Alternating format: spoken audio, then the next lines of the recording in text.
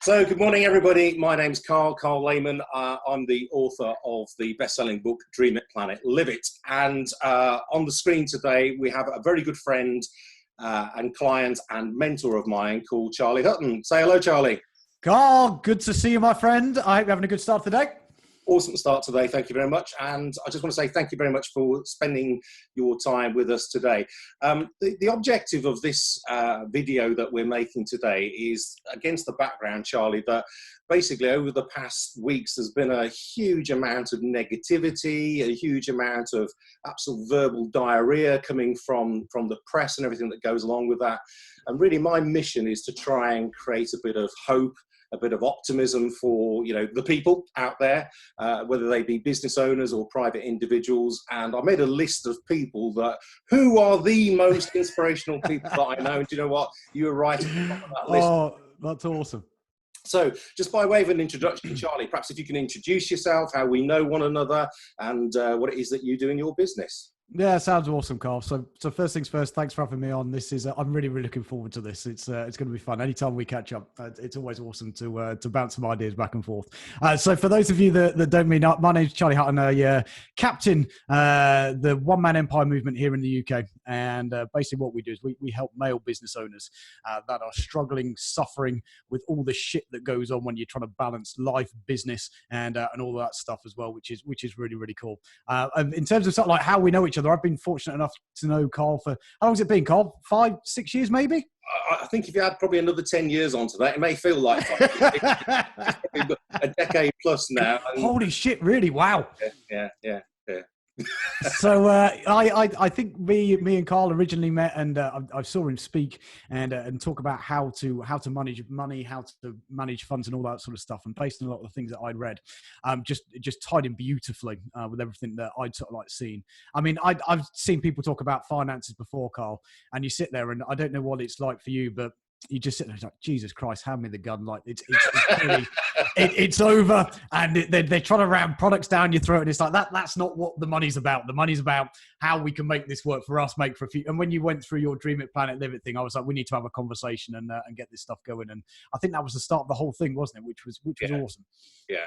I mean, we've worked on a number of projects, just for the benefit of the viewers. We've worked on a number of projects, you and I, haven't I, over the years. And for those people who don't know me, I as I said at the beginning, I'm the author of this best-selling book, as Charlie said, Dream It, Plan It, Live It. And, my philosophy, Charlie, as you well know, is most people have a plan for when they're dead. In other words, that's a last will and testament that says with crystal clear clarity exactly what they want to happen. Yeah. Okay. But most people don't have a plan for when they're alive. And to me, that's just absolutely bonkers. And I think at times like this, when we've got this kind of war around us, this shitstorm around us, then actually, people need that hope, they need that optimism, that focus. And, we do that with people's life plan and then engineer their financial plan to support that. But you are the front end of the wedge here, really, because you actually do it with sort of people's sort of businesses. And I'm just curious in terms of thinking about, what are the things that you're doing with business owners right now to help them keep right on the front foot in terms of, developing their businesses? Because, there's a lot of businesses out there struggling, people are being furloughed. And if you just believe everything you read on social media, we're on a kind of downward trend and it's like the end of the world is nigh. But I know from my experience, we've just had our second best month in business in 35 years of practice. So it just goes to show you that that's not the case for everyone. And I appreciate, I'm not being insensitive to this, that there are always going to be winners and losers in any market conditions. But, your coaching practice actually sort of works with a myriad of different types of businesses. Can you share some insights in terms of how the one-man empire team are actually sort of coping with this and, what the wins are for them? Well, I think it's interesting that the first thing you mentioned there, Carl, was like all the stuff that's going on in the media and social media and all that sort of stuff. So number one thing that I've not listened to the fucking news in probably about the last 6 months. I just switch all that shit off. And I think that there's my thought process behind that is there's always an agenda with the media. And I think sometimes you hit the nail on the head there that you've had like your best month in, was it the last 36 years or something, Carl? 35 years or something crazy. And from sort of like the the 30 men that we have around our closed door society here inside of the fellowship, we've probably got like another 8 or 9 that have done the exact same thing. Now, the trouble is, of course, if you were to listen to what the media was saying and what everyone else is saying, you would have the opinion that the world's ending, no one's spending any money, everyone's dead in the water and all that sort of stuff. And I think the problem with that is as soon as you let that stuff in up here, you start believing that sort of thing as well. The more you sort of hear, see, the brain becomes an echo chamber. Yes. And rather than focusing perhaps on the things that you can do in the business to drive forward or the things that you could go after, all of a sudden you've got lodged up here, holy shit, no one's buying. Holy shit, money's not flowing. When the reality is, it might not be currently flowing under the reality that you've got, but there's other markets, there's other opportunities, there's other things that you can be looking at doing right now. So I think the first thing for me is going, actually, realistically, like shut the other stuff, shut the noise off, and let's have a proper look in terms of what the market's really doing.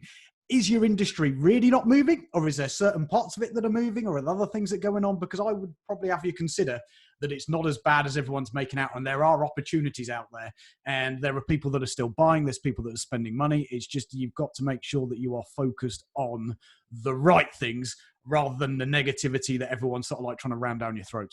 Sure.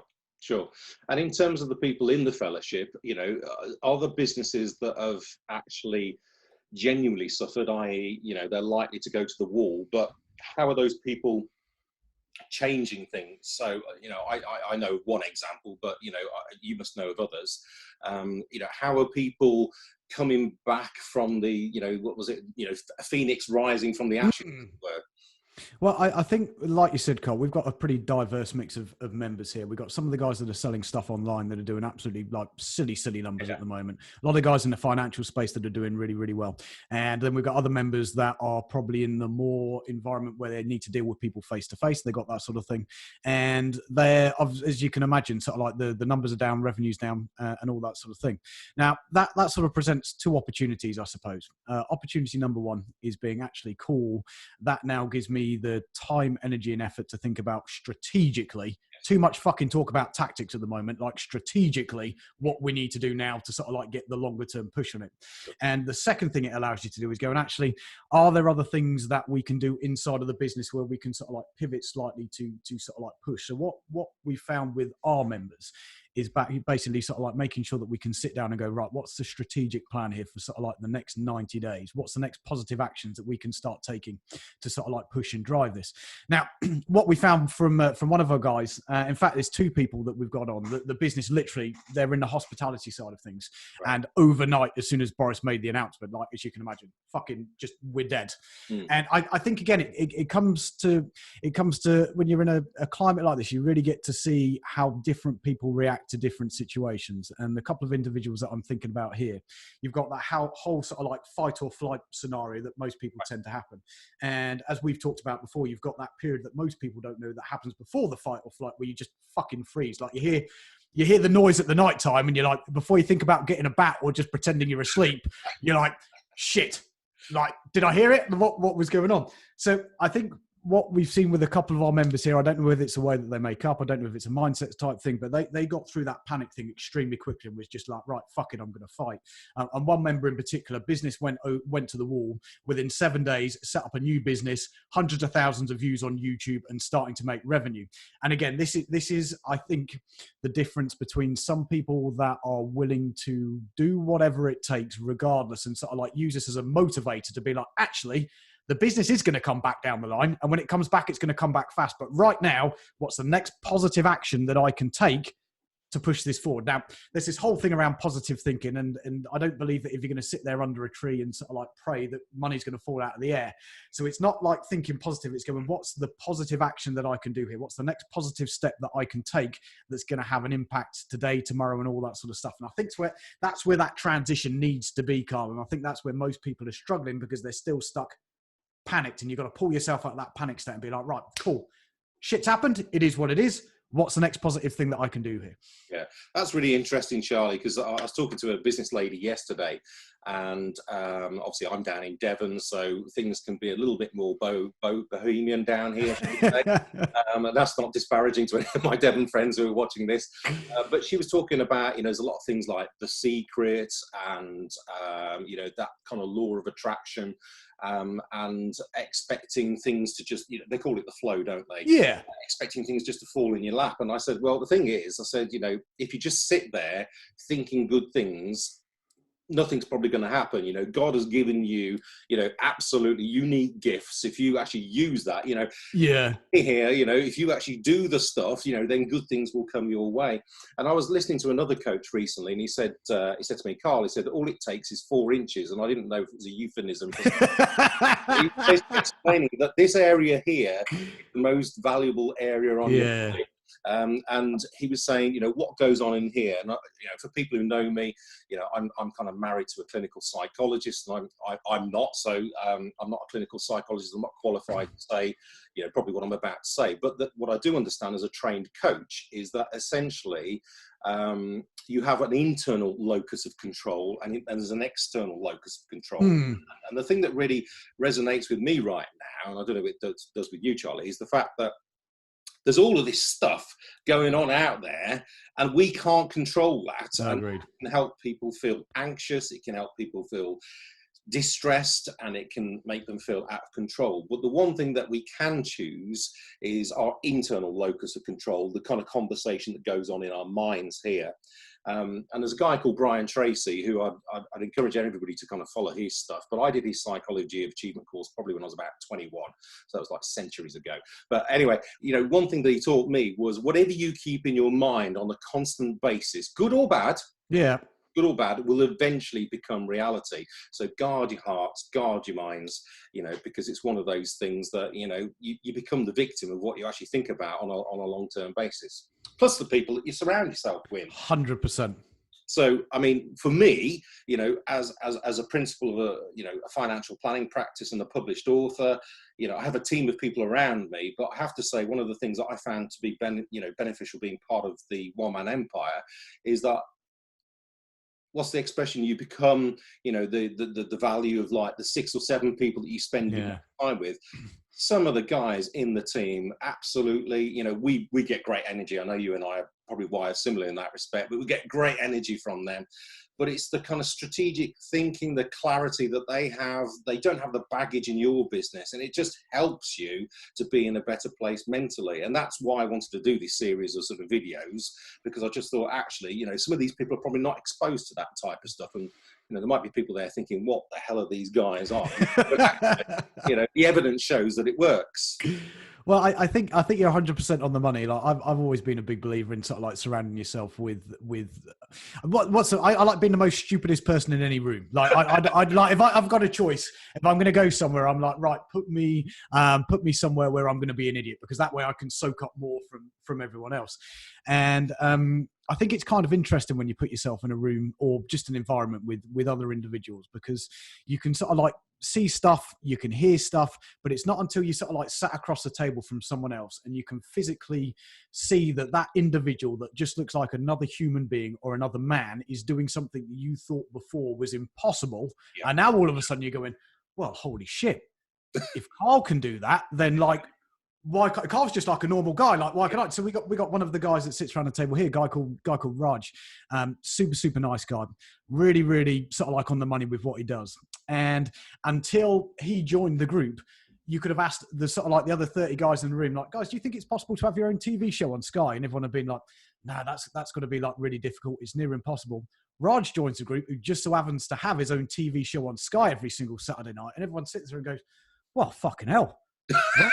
Like, he's a nice guy, but he ain't like, do you know what I mean? It's not like he's Philip Schofield. It's not like he's just like a normal guy. So if Raj can do it, then like, again, it just opens the mind up to things here that I think the brain sometimes shuts down and goes, well, that's okay. Other people can do that, but it's impossible for me. And I think sometimes by having that support network and other people around you, or just opening your mind, it's why books are so great as well, that you can sit there and be like, man, this stuff is possible. I just need to open up my brain to be able to sort of like see what is possible and then start taking those positive actions. So you're 100% on the money. Yeah. Yeah, brilliant.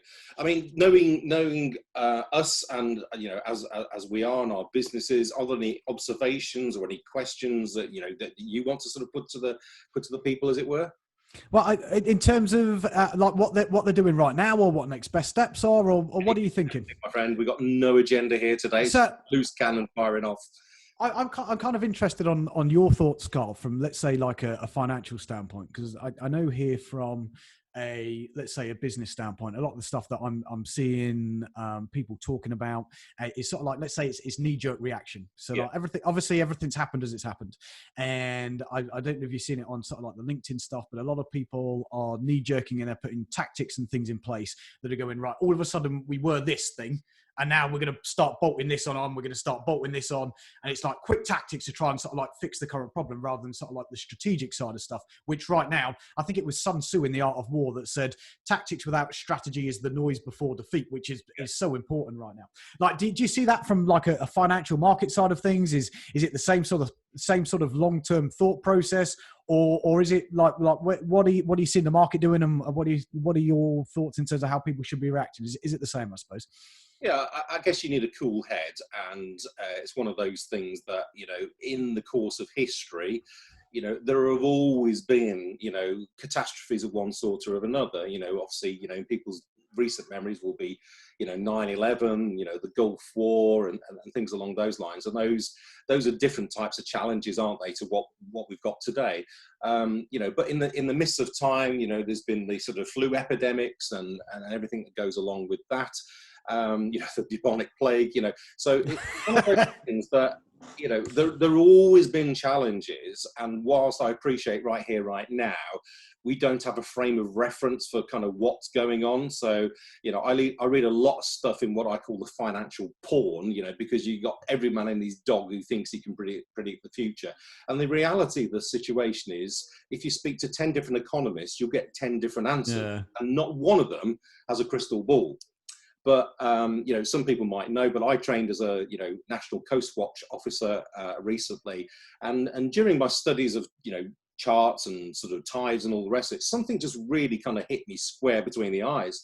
And it's thinking that when I'm in my looking out, and I'm watching the people on the beach, most people are watching the waves, when in fact what they should be doing is watching the tide. Yeah. And that's the problem that you've got with knee-jerk reactions in the investment marketplace, is that you've got people who, the psychology about it, the Warren Buffett type sort of, phrases that, you need to be, brave when others are fearful, and fearful when others are brave, and it's absolutely a great opportunity to be investing right now.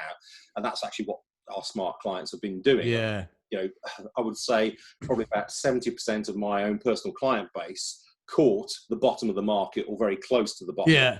Now, having said that, I don't necessarily think that is the bottom of the market, because if we get a second wave of this stuff coming across the world, then do you know what? We can rip up the rule book and throw it.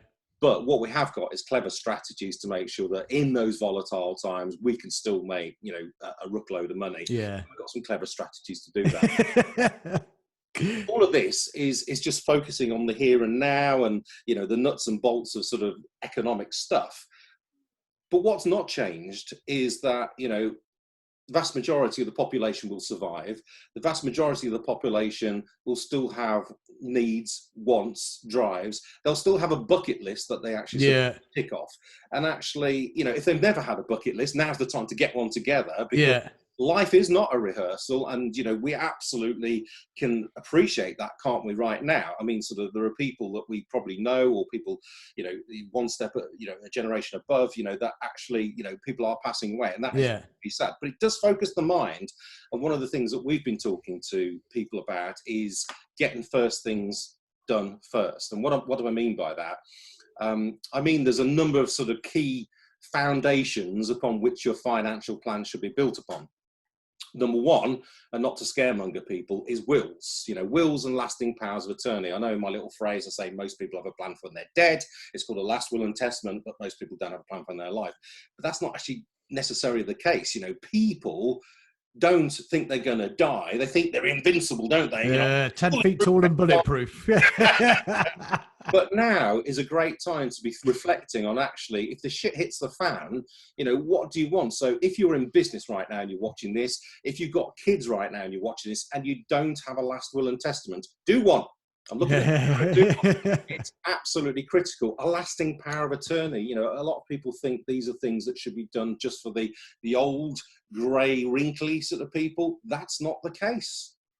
Young couples who've got a mortgage, if somebody gets killed in a car accident, or worse, not worse still, that's a stupid thing to say, but do you know what I mean? They're on how can I think of a scenario? They're on a life support machine. They don't have capacity. Then if you've got a mortgage to actually administer, then you need a lasting power of attorney to do that. So it applies to all sorts of people. So wills, lasting powers of attorney.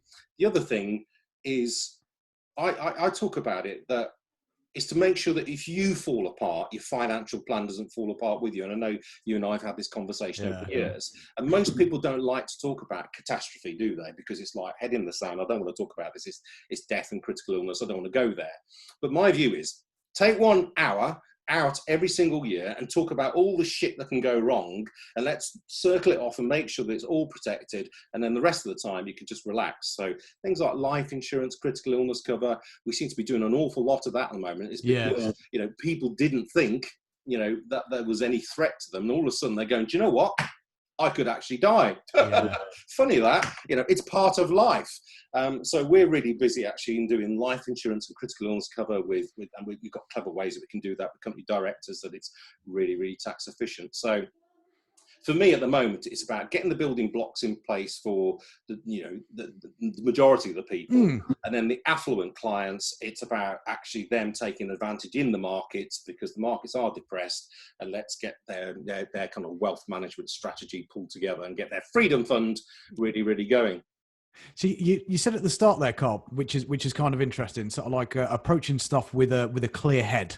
How do you sort of like make that work at your end? How do you make sure that when you sat down at the desk, or when you're doing stuff in the morning with everything going on, how do you sort of like approach a day and make sure that mind's clear and ready to sort of like punch a day square in the mouth? In terms of my own mindset. Yeah. So how for anyone that's listening to this, that's sort of sat there at the moment being like, holy shit, like I'm so overwhelmed and whatever it is, how do you sort of overcome that overwhelm, I suppose, and how do you have that clarity in terms of sort of like the decisions that you're going to start making?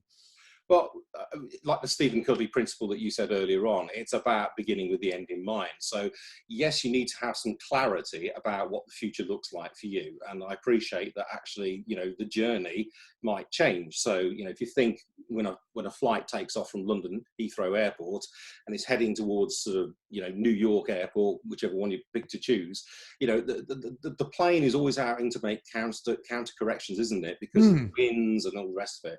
But it needs to know the destination. If it doesn't know the destination, how the hell is it going to know when it got there? Do you know what I mean? So we say that, to people, we work with them so they have a map, and their map has a destination on it, and then we essentially become their navigation system. Yeah. In terms of what I do myself, I've got this journal here, which I kind of keep, and in there is like my goals. But sometimes I think that goal setting can become a little bit negative. What do I mean by that? So I don't know, say for example, somebody says to me, do you know what, Carl, I want to be financially free by the age of 50, which means that I want, I don't know, £40,000 a year, free income coming in, and I don't know, I'm age 30 right now. So you're thinking, right, okay, fine. And you go back and you do the numbers, or I do the numbers, and say, right, this is what we're going to get. And all of a sudden they go, oh my God, I can't do that. It's just too big a mountain to climb. But every journey begins with a single step. And the one thing that I would say to people is, it's great to have goals, but then what you've got to link your goals with is challenging daily standards. Now, you were a great example of this. So when I worked with you and Emma, and we sort of did the kind of your financial life plan with you, I remember asking you, so what do you want by when? And you say, Carl, I want to be financially free by this age. I want this amount of money. And, this is what it looks like. And I can remember my words to you saying, are you serious? And you would go, Carl, well, actually Emma said, Carl, just go and do the numbers. So I went away, did the numbers, came back to you guys and say, right then guys, this is what you got to do. And I remember presenting that to you, and neither you or Emma absolutely batted an eyelid. You were just, great.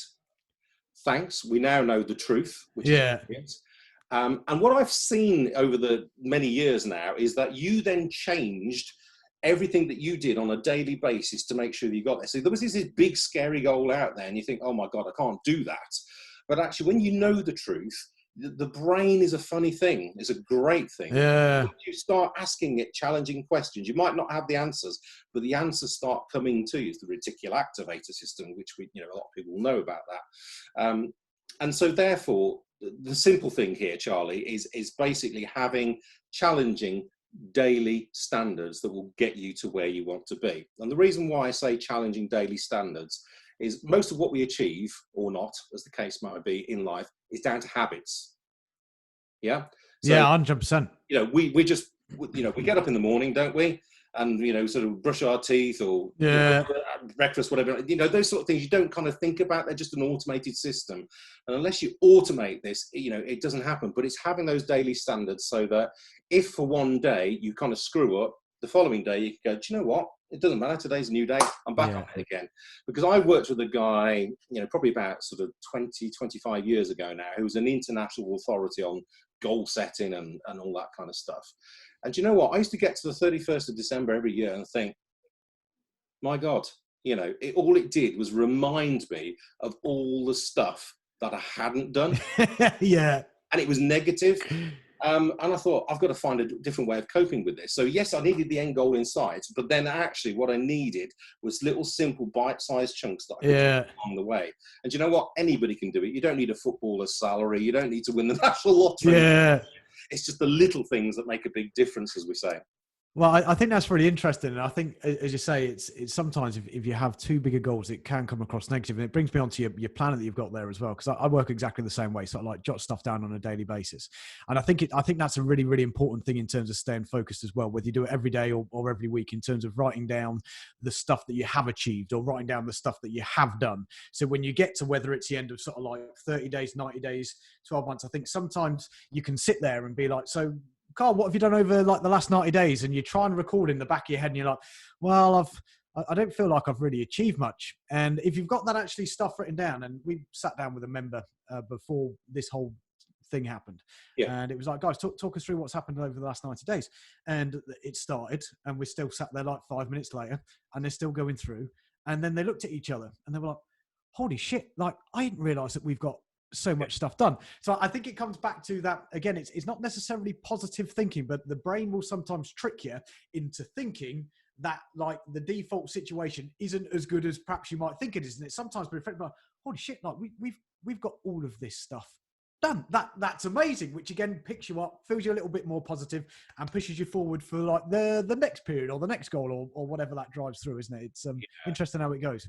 Yeah, absolutely. And I think it's that different mindset that will find those opportunities, and I think that's, the one message that, I'd say to people is, out of adversity comes opportunity. And there are people out there right now who are, throwing bricks, at sort of lots, metaphorical bricks. Yeah. You know what I mean? And it's not serving them well. It's not serving anybody else well. But the people who are going, do you know what? There's one guy I know, he's lost his business and he's transformed, what he does, and he's created this new business. And it's just like, he's absolutely cooking on gas. It would be so easy, wouldn't it, for him to be hiding under a rock? Right? 100%.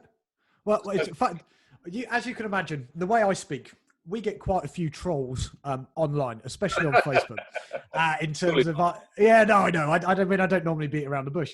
So I was, I shot a video the other week, and I was talking about how this isolation has meant me sort of like falling back into old habits. One of those old habits being where I was looking at my phone on the couch in the evenings, which ended up to, won't go into my backstory, but anyway, the bad stuff with me and Emma, and sort of like we rejigged the whole thing around. So phones weren't around in the evening, and going back 2 weeks ago, me and Emma were both sat there in the evening. We looked at each other and was like, holy shit, like we're both sat here on Google when we should be spending time together. There's like a line in the sand of sort of like family time and work time.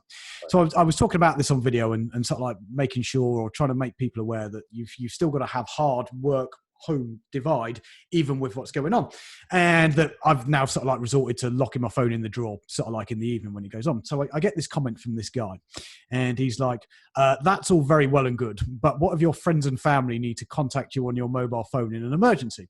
At which point I abruptly replied, use the fucking landline. At which point he was then along the lines in terms of being like, well, that's all very well and good, but I don't have a landline. And I'm like, well, in which case, let's go the old Boy Scout principle and get like 2 plastic cups and a piece of string. Or there's this amazing thing online. It's called Amazon. And for like 10 quid, they will ship you a landline in a box and you can sort of like plug it in.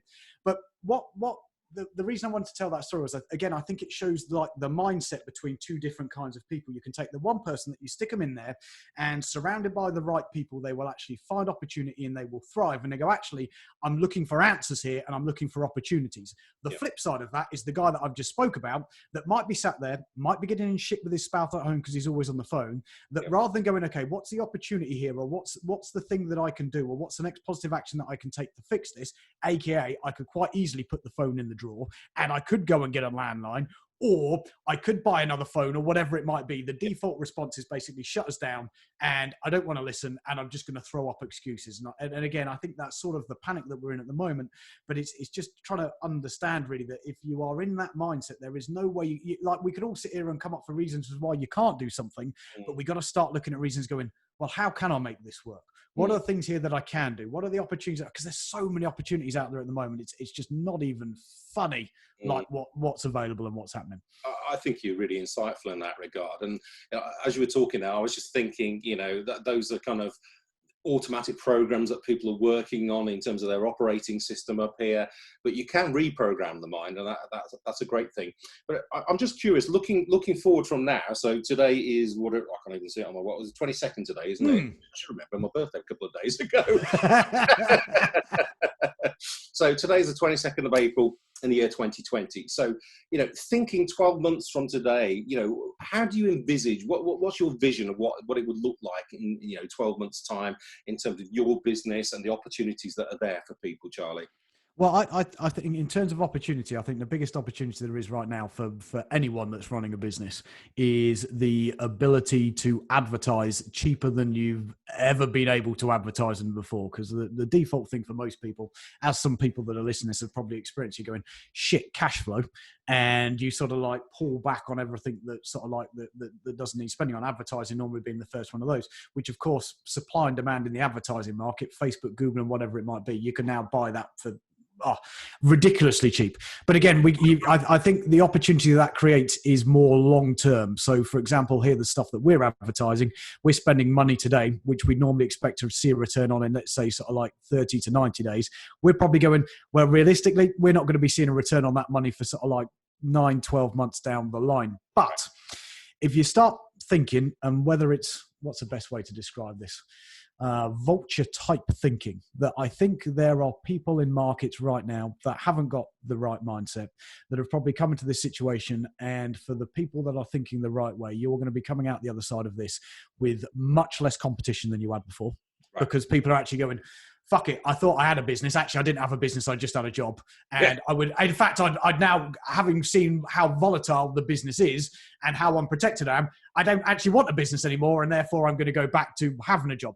Now, it is what it is. But the flip side of that is going for people in their market will go, well, this is absolutely amazing. All of a sudden, it's one less person that we've got to compete against. And at the same time, not only do I think, let's say, some of the bottom of the market's going to fall out, I also think you're going to get some of the top end of the market, some of, let's say, people, if you're in markets where you've got big competition. The trouble with big competition, or the trouble with any big organization, and I know this from when you go and consult with them, is that they are like trying to move a fucking tanker.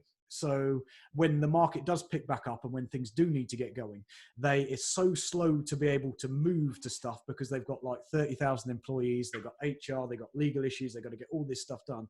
The people that are running, let's say, small and nimble businesses, there's like so much scope here to be going, actually, if strategically we're thinking about the right things now, we can come out the other side of this like bigger than we've ever been. We can come out stronger than we've ever been, and we can attack the market faster than anyone else because we can just literally turn shit on, and we can turn shit on a dime the day they say, right, let's go.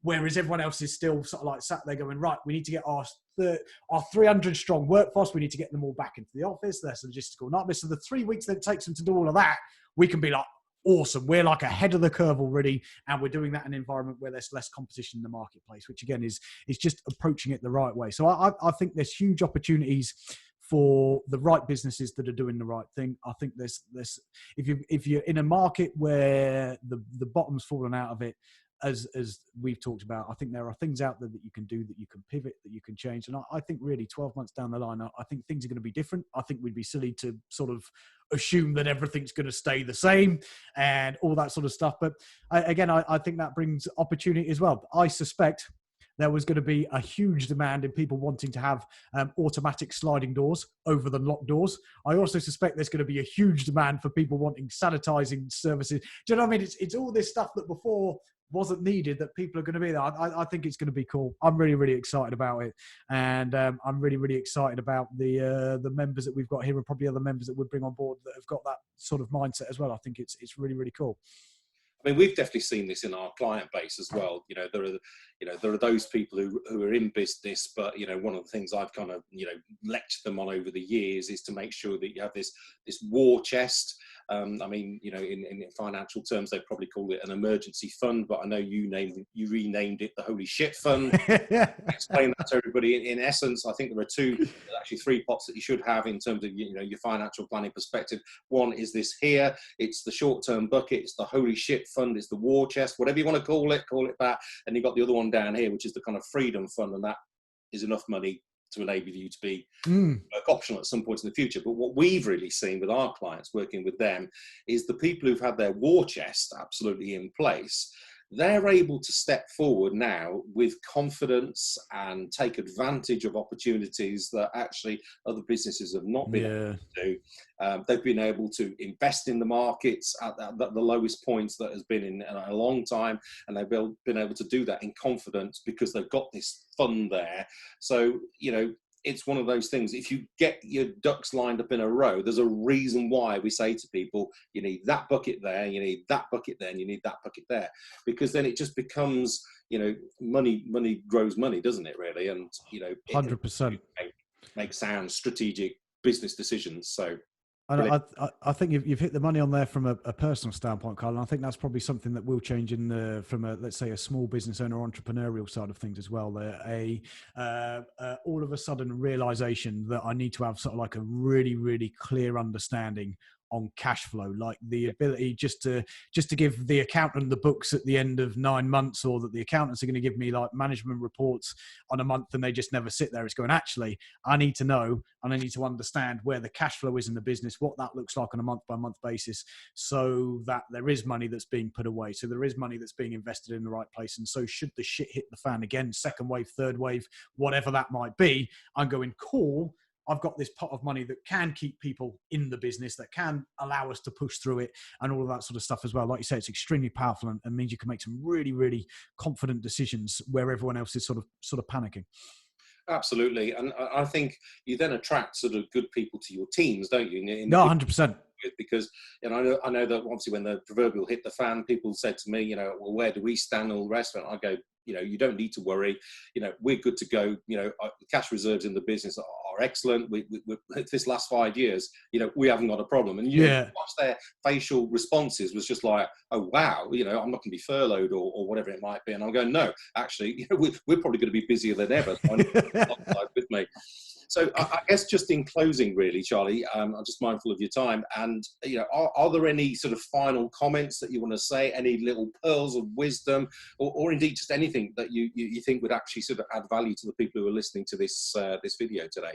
Well, I think in sort of like a closing thing, I think we've chatted about a couple of things today, Carl. And I think if there is anyone that's watching this that's currently running a business and currently trying to sit there and think, actually, what I am sort of like stuck, frozen. I don't really know what the next way is to go. Like it's all very well and good and all that sort of stuff. I think it's a real understanding that we are going to come out the other side of this. It is going to be okay. And hopefully we'll be looking back at this and being like, actually, that was the time when we did some good things and it was okay. And again, it's trying to find those things. I think it's looking at those positive actions that you can take. Interesting thing, actually, I spoke to, I'm lucky enough, my grandma's still alive. So she lives down on the south coast. She's 89. And we were chatting when this whole thing kicked off. And I was like, this must be an absolute breeze for you, like, because you came through the war and all of that sort of stuff. And she's like the only person in the planet that calls me Charles.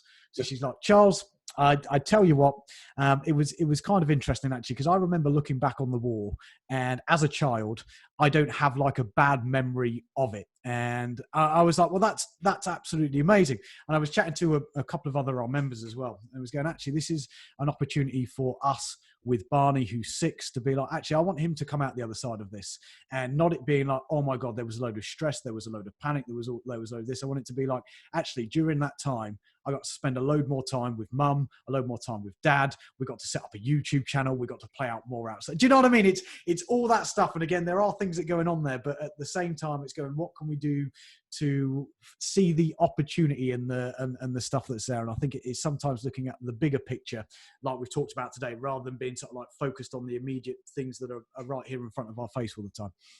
Absolutely, and I think, is it absolutely right. Any storm will come to an end. We just don't know when. Yeah. So you're perfect. And I love that analogy there, Charles. And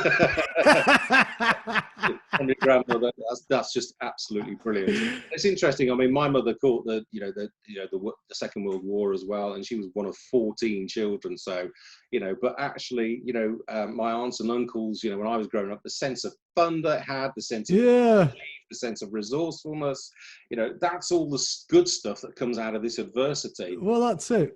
All this social media stuff of actually sort of throwing, rocks at the government or the person down the street or whoever it might be. Stop it. It's not helpful. Oh, I agree. Yeah. Well, you talk about that. My great, she was telling me a story that she's got 2 sisters, and what they used to play. They lived in London. They used to play in the air raid shelters. So, like when you were kids, Carl, you collect football stickers or football cards or whatever it might be. So what they used to do as girls was that they would collect pieces of shrapnel. That was like their like sticker album, as it were. Right. And again, it just goes to show you one of those things, doesn't it? You sat there getting bombed day in, day out, and it's like, what do you do to actually find some positivity here? It's like, go and find like some cool shit that we can go, this is some shrapnel. She said the worst thing about that was, she said, we used to get in trouble by my great grandma, her mum, because they used to pick up like the warm bits, so they'd like be burning their fingers all the time. But again, you know what I mean? Like, I think now, like, kids are absolutely amazing when you look at this stuff as well, aren't they? They're so resilient, and they come at everything with like an open mind. And I like we talked about today, I think that's so important now and pushing forward. And I think there's some awesome opportunities, and I think anyone that's watching this should look for those, look longer down the line, and I think we can all do some absolutely fantastic things. Charlie, you're a great inspiration to loads of people. You've been a huge help to our business over the years. And sparing the time today to do this is absolutely brilliant. If people want to connect with you and learn a little bit more about who you are and what you do, how's the best way for them to do that?